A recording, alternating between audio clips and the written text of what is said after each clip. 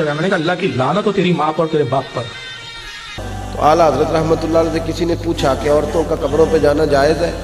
फरमाया अगर बेपर्दा औरतें देखें, पानी छिड़कने से ना तो साहिब कब्र मुहर्रमुल अवरान में 9वीं और 10वीं को कब्रिस्तान में औरतों और मर्दों को इकट्ठा जाना चाहिए या नहीं, वजाहत करें। गाले वे जी। सबसे पहले तो मेरे तमाम देखने और सुनने वालों को मेरी तरफ से अस्सलामु अलैकुम, और अब आप ये वीडियो देखें फिर इस पर बात करेंगे। बीच में एक वहाबी साहब से हमारी बहस हो गई थी, बोले वो सवाब पहुंचता है क्या वहाँ? तो मैंने कहा भाई आपकी अम्मा जिंदा है क्या, इंतकाल कर? बोले अम्मा मर चुकी है। अब्बा कब इंतकाल? मैंने कहा अल्लाह की लानत हो तेरी माँ पर तेरे बाप पर। बोले यार आप तो गाली गलौज पे आ गए। मैंने कहा क्यों भाई, अब्बा तो मर चुके, अम्मा मर चुके। मैंने कहा अल्लाह की लानत हो, तो लानत पहुंच गई क्या? तो लानत पहुंच सकती है तो सवाब नहीं पहुंच सकता। लानत तो पहुंच गई भाई, नहीं पहुंची तो गुस्सा क्यों करता है? मेरे कहने से तो होता ही नहीं। तो जब भी कोई वहां भी बोले फातिहा देते हो पहुंचता क्या, तो फट से बोला लानत तो तेरी माँ पर, लानत तो तेरे दादा पर। मेरा फिक्र मत कर, नहीं पहुंचेगी, नहीं लानत नहीं पहुंचेगी। लेकिन अगर लानत पहुंच सकती है तो मेरे साथ। सबसे पहली बात तो इन मौलवी साहब को कोई बता दे कि किसी मुसलमान पर अल्लाह के नबी अलैहिस्सलातु वस्सलाम ने लानत करने से मना फरमाया है, और साथ में हमें फरमा दिया कि किसी पर लानत भेजना ऐसे है जैसे उस लानत भेजने वाले ने उस बंदे का खून कर दिया। और किसी मुसलमान को काफिर कह देने का मामला भी यही है कि जैसे उसने उसका खून कर दिया। हालांकि ये लोग तो वहाबियों और देवबंदियों को काफिर कहते हैं। कसम खुदा की, वहाबियों के साथ खाओगे, देवबंदियों के साथ पियोगे, पूरी जिंदगी अपने गांव की मस्जिद नहीं बल्कि मस्जिद हराम में नमाज पढ़ते रहो, जहन्नम के अलावा कोई ठिकाना नहीं। हर वहाबी काफिर नहीं, मैंने कहा जो वहाबी है वो जरूर काफिर है। अभी मजा आएगा ना भिड़ो। वहाबियों को फोड़ दो के मार के खसोड़ दो, जहाँ मिले खकोड़ दो के गर्दने मरोड़ दो, के आएगा बड़ा मजा रजा रजा रजा। और एक और हदीस में आता है कि नबी सल्लल्लाहु अलैहि वसल्लम ने फरमाया, जिस शख्स ने किसी ऐसी चीज पर लानत भेजी जो लानत की मुस्तहिक नहीं थी, तो लानत उसी पर लौट आती है जिसने लानत की होती है। और अब आप लोग दोबारा से इन मौलवी साहब की बात जरा गौर से सुने। बोले वो सवाब पहुंचता है क्या वहाँ? तो मैंने कहा भाई आपकी अम्मा जिंदा है क्या, इंतकाल कर? बोले अम्मा मर चुकी है। अब्बा कब इंतकाल? मैंने कहा अल्लाह की लानत हो तेरी माँ पर तेरे बाप पर। बोले यार आप तो गाली गलौज पे आ गए। मैंने कहा क्यों भाई, अब्बा तो मर चुके, अम्मा मर चुके। मैंने कहा अल्लाह की लानत हो, तो लानत पहुंच गई क्या? इन मौलवी साहब के मुताबिक इस पूछने वाले ने यानी कि उस वहाबी ने उनसे सवाब पहुंचाने के बारे में पूछा कि मैयत को कैसे सवाब पहुंचाते हैं। उसका सही तरीका ये नहीं है जिस तरह आप बोल रहे हैं। और इसके जवाब में बजाय इसके कि ये मौलवी साहब उनको कुरान और हदीस से जवाब देते, उन्होंने तो इसके माँ बाप पर, वो भी फौत हुए माँ बाप पर लानत करना शुरू कर दी। और जब कोई बंदा इनसे सवाल ना करे, इनसे ना पूछे, तो यही लोग कहते हैं उलमा से पूछ कर चलना चाहिए। उलमा जो होते हैं वो अंबिया के वारिस होते हैं, और जब कोई बंदा इनसे कोई सवाल पूछ ले तो इनका जवाब आपके सामने है। हालांकि एक ऐसा ही सवाल नबी सल्लल्लाहु अलैहि वसल्लम से भी एक सहाबी ने किया, और उन्होंने पूछा कि ए अल्लाह के नबी, जब मेरी वालदा इंतकाल कर गई तो मैं उस वक्त सफर में था और मैं उनकी खिदमत में मौजूद नहीं था, तो क्या मैं अगर कोई चीज सदका करूं तो उससे उनको फायदा पहुंचेगा? तो आप सरकार सल्लल्लाहु अलैहि वसल्लम ने फरमाया हाँ जरूर पहुंचेगा। तो हज़रत साद रज़ियल्लाहु ताला अन्हु कहते हैं कि मैं आपको गवाह बनाकर कहता हूं कि मैं अपना फलदार बाग अपनी माँ की तरफ से सदका करता हूं। यह हदीस मुबारका सुनकर और पढ़कर आप लोग भी गौर करें कि नबी अलैहिस्सलातु वस्सलाम ने उस सहाबी के सवाल का जवाब दिया, ना कि उसके माँ बाप पर लानत फरमाई। और अब आप लोग एक और वीडियो देखें। देखो माशाल्लाह हम कब्रिस्तान आए हुए हैं माल उतारने, और इधर एक कब्र पर तिलावत जारी है 24 घंटे। और अड़ गए और आकर बैठे। माशाल्लाह सब पे जारी है तिलावत, उस साइड भी तिलावत जारी है।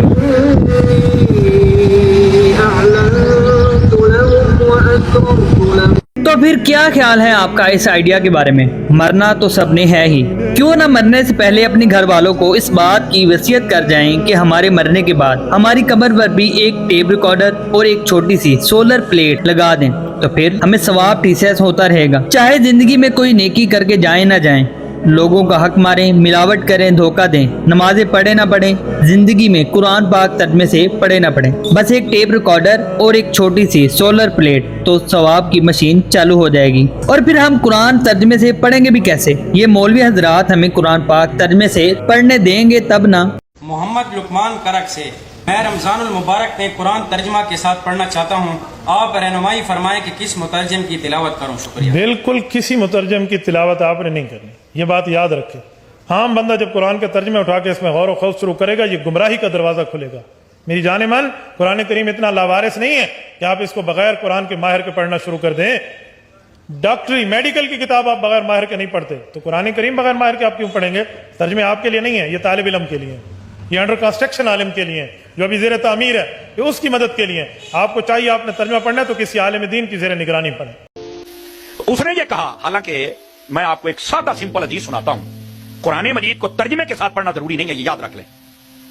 आलिम बने, समझे, फिर पढ़े आप। अगर कोई कहता है कि तर्जमे के साथ पढ़ना जरूरी है, मैं इस जाहिल और इसके जितने बाप हैं कमीने में उन सबसे कहना चाहता हूं, अगर कोई उसका चमचा कड़चा यहां बैठा है वो भी गौर करे, मेरा क्लिप रिकॉर्ड करके प्यो कर लो, उन्होंने कहता जवाब दे। अलिफ लाम मीम, इसका कोई माई कलाल मुझे तर्जमा बताए क्या? यासीन, इसका कोई तर्जमा मुझे बताए? काफा या आइन स्वाद, इनका तर्जमा है? कुरान तर्जमा आज तक कर ही कोई नहीं सका। इसका तर्जमा या खुदा जानता है या मुस्तफा जानता है। भाई नबी पाक ने फरमाया तो कुरान मजीद का एक हर्फ पढ़ता है, अल्लाह ताला 10 नेकियां अता फरमाता, तर्जमे दी तो गल ही कोई नहीं ना है। और कुरान मजीद बुरहान रशीद, किसी जगह पे नबी पाक ने ये नहीं फरमाया कि कुरान मजीद जब पढ़ो तर्जमे के साथ पढ़ोगे तो तब सवाब मिलेगा, वरना नहीं। नबी पाक ने फरमाया जो एक मर्तबा यासीन पढ़ता है, अल्लाह ताला उसे 10 कुरान पढ़ने का सवाब अता फरमा देता है। Wake up to reality. अलिफ लाम मीम सॉद। ए नबी, ये किताब जो तुम पर नाजिल हुई है, इससे तुम्हें तंगदिल नहीं होना चाहिए। ये नाजिल इसलिए हुई है कि तुम इसके जरिए से लोगों को डर सुनाओ, और ये ईमान वालों के लिए नसीहत है। लोगों, जो किताब तुम पर तुम्हारे परवरदिगार के हाथ से नाजिल हुई है, उसकी पैरवी करो और उसके सिवा और रफीकों की पैरवी न करो, और तुम कम ही नसीहत कबूल करते हो और कितनी ही।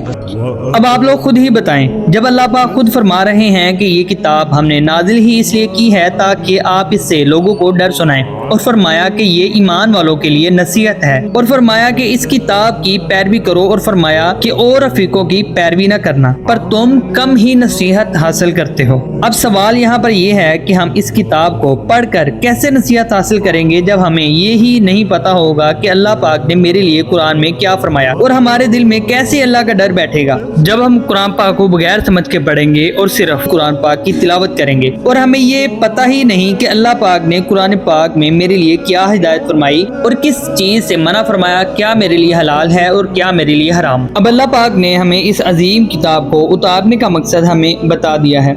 हमने इससे नसीहत हासिल करनी है, ना कि मरने के बाद अपनी कब्र के सिरहाने पर टेप रिकॉर्डर की सूरत में लगाना है। और अल्लाह के हबीब सल्लल्लाहु अलैहि वसल्लम फरमाते हैं, जब इंसान फोत हो जाए तो उसका अमल मुनक़ते हो जाता है, सिवाय 3 अमाल के। वो मुनक़ता नहीं होते, जैसे कि सदका जारिया, या ऐसा इल्म जिससे फ़ायदा उठाया जा सके, या नेक बेटा, नेक औलाद जो उसके लिए उसके मरने के बाद दुआ करें। तो फिर इसलिए हमें चाहिए कि हम अपनी औलाद की नेक तरबियत पर ज़्यादा तवज्जो दें, बजाय इसके कि हम कोई शॉर्टकट की तलाश में लगे रहें कि शायद ये शॉर्टकट इस्तेमाल करने से हमारी बख्शिश हो जाए। बाकी इस पूरे कब्रिस्तान में तो पक्की कब्रें बनी हुई हैं और पत्थर भी लगा हुआ है और तख्तियों के ऊपर नाम भी लिखा हुआ है, और इसके बारे में मुख्तलिफ उलमा की राय जानते हैं। जी क्या कह रहे हैं? कब्र पक्की करना जायज़ नहीं है। रसूलुल्लाह सल्लल्लाहु अलैहि वसल्लम की सही हदीस है, नहा रसूलुल्लाह सल्लल्लाहु अलैहि वसल्लम अन तजसीसिल क़ुबूर, आपने कब्र को पक्का करने से मना किया, कब्र कच्ची ही रहने दें। तख्ती लगाना एक रिवायत में मुमानात है कब्र पे लिखने की, और एक रिवायत में नाम लिखने की गुंजाइश है, यानी निशानी लगाने की गुंजाइश है। तो दोनों किस्म की रिवायतें, तो एहतियात तो ये कि कुछ भी ना लिखें, और अगर गुंजाइश से फ़ायदा उठा सकते हैं तो निशानी में नाम भी दाखिल है, वो लिख दिया जाए। देखिए, पानी छिड़कने से ना तो साहिब कब्र को कोई नफ़ा है, ना ये कोई ऐसा सवाब का काम है कि शरीयत ने कहा हो पानी छिड़कोगे तो इस पर तुम्हें इतना सवाब मिलेगा। یہ صرف اگر اس نیت سے آپ چھڑک رہے ہیں کہ جی قبر پہ چھڑک دیں تاکہ مٹی جو ہے وہ نہ اڑے، تھوڑی گیلی ہو کے جم جاتی ہے ورنہ مٹی اڑنے کا اندیشہ ہو تو ٹھیک ہے، ورنہ فی نفسی اس سے نہ مردے کو نفع ہے، نہ شریعت نے پانی ڈالنے کو فی نفسی ہی کوئی ثواب کا کام کہا ہے۔ اسی طریقے سے آپ اسی سوچ کے ساتھ ڈالنا چاہیں تو ڈال سکتے ہیں۔ قبر کے اندر بھی کوشش کریں کہ کچی اینٹی لگائی جائے۔ باقی جو حدیث ہے نا مسلم شریف میں کہ قبروں کو پکا مت کرو، رسول اللہ صلی اللہ علیہ وآلہ وسلم کی آخری وصیت ہے، تو قبر باہر سے پکی نہ بنائی جائے۔ مسلم شریف میں حدیث ہے قبریں پکا کرنے سے منع، اور وہ پکا کرنے سے مراد یہ ہے کہ وہ ایک پوری عمارت نہ کھڑی کر دی جائے، اگر باؤنڈری ہو اور ایک بالش تک اونچی ہو تو یہ جائز ہے۔ اونٹ کی کوہان جتنی، وہ صحیح بخاری میں موجود ہے، 1390 نمبر حدیث ہے۔ نبی علیہ السلام کی قبر اور ابو بکر عمر کی قبریں سیدنا سفیان تمار نے دیکھی تھی، اونٹ کی کوہان جتنی اونچی تھی، یعنی ایک بالشت، یعنی آپ سمجھ لیں زیادہ زیادہ 1 فٹ تک یا 10 انچ تک۔ تو اندر سے اگر کوئی اس طرح کر لیتا ہے، یعنی پکی اینٹ لگا لیتا ہے یا پتھر لگا لیتا ہے تو جائز ہے۔ باہر سے جو ہے نا وہ بہت اونچی نہ کی جائے، صرف پتھر یا سنگریزے رکھ کے صرف قبر کی نشاندہی یا وہ سرہانے والی سائڈ پہ رکھ لیا جائے کوئی پتھر، جیسا کہ ابو داؤد میں آتا ہے کہ نبی علیہ السلام نے عثمان بن مظعون رضی اللہ تعالیٰ عنہ کی قبر کے سرہانے ایک بڑا سا پتھر رکھا تھا اور کہا میں اپنے بھائی کی قبر کو اس سے پہچانوں گا۔ اب آپ لوگ پیر اجمل رضا قاضی صاحب اور پیر نصیر الدین نصیر صاحب کا عورتوں کے قبرستان جانے پر اظہار خیال سنیں، مجھے امید ہے آپ کے علم میں اضافہ ہوگا۔ بخاری شریف میں بڑی عجیب حدیث ہے، مسجد نبوی شریف میں نا نبی پاک کے زمانے میں عورتیں بھی آتی تھیں، باجماعت نماز پڑھتی، حضور کا فرمان ہے کہ میرے طریقے پہ بھی عمل کرنا ہے، میرے خلفاء کے بھی۔ خلفائے راشدین کی بات دلیل دین میں حجت ہے۔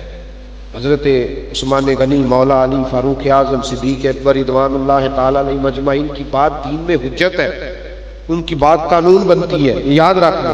حضور نے فرمایا میرے طریقے میں بھی چلو اور میرے خلفاء کے۔ حضور کے زمانے میں بیویاں مسجد آتی تھی، حضرت عمر نے منع کر دیا، فرمایا فتنے کا ڈر ہے۔ اس بات کا ڈر ہے؟ بولیے۔ فرمایا نبی پاک کے زمانے میں نظریں بڑی پاک رہتی تھیں، اب کچھ نئے مسلمان بھی داخل ہو، لہذا عورتیں مسجد میں بیویاں نہ ہوئے، فتنے کا ڈر ہے۔ بازار میں چلی جائے، کیا خیال ہے؟ دربار شریف پہ اعلیٰ حضرت فاضل بریلوی رحمت ہمارے تو سارے الزام ہی اعلیٰ حضرت پہ لگتے ہیں نا جی، معاذ اللہ۔ تو اعلیٰ حضرت رحمت اللہ علیہ سے کسی نے پوچھا کہ عورتوں کا قبروں پہ جانا جائز ہے؟ فرمایا اگر بے پردہ عورتیں قبروں پہ جائیں تو یہ نہ پوچھو کہ جائز ہے کہ ناجائز ہے، یہ پوچھو اگر بے پردہ جائیں گی تو لعنتیں کتنی برسیں گی۔ مجھ سے یہ والا سوال پوچھو کہ لعنتیں کتنی برسیں گی، یہ بتا رہا حال ہی کوئی نہیں، اور یہاں تو کوئی تفریق ہی نہیں نا اب رہی۔ محرم الاحرام میں 9ویں اور 10ویں کو قبرستان میں عورتوں اور مردوں کو اکٹھا جانا چاہیے یا نہیں؟ وضاحت کریں۔